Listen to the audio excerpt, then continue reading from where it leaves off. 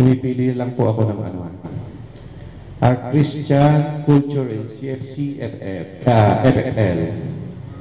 CFC-FFL is a Christian community with distinctive beliefs, values, and patterns of life. Of course, our basic Christian beliefs and values are those held in common by all Orthodox Christian beliefs. Jesus is Lord, life after death, etc. Values, what we consider desirable, loyalty, dependability, dignity of life, at iba pa po. In addition, we stress the importance of marriage and family life. Further, who we are is stated in various documents. Our statements of vision and mission provide our direction and the rationale for our existence. Our statement of philosophy contains the beliefs and ideals of CFC-FFL which govern our trust and mission.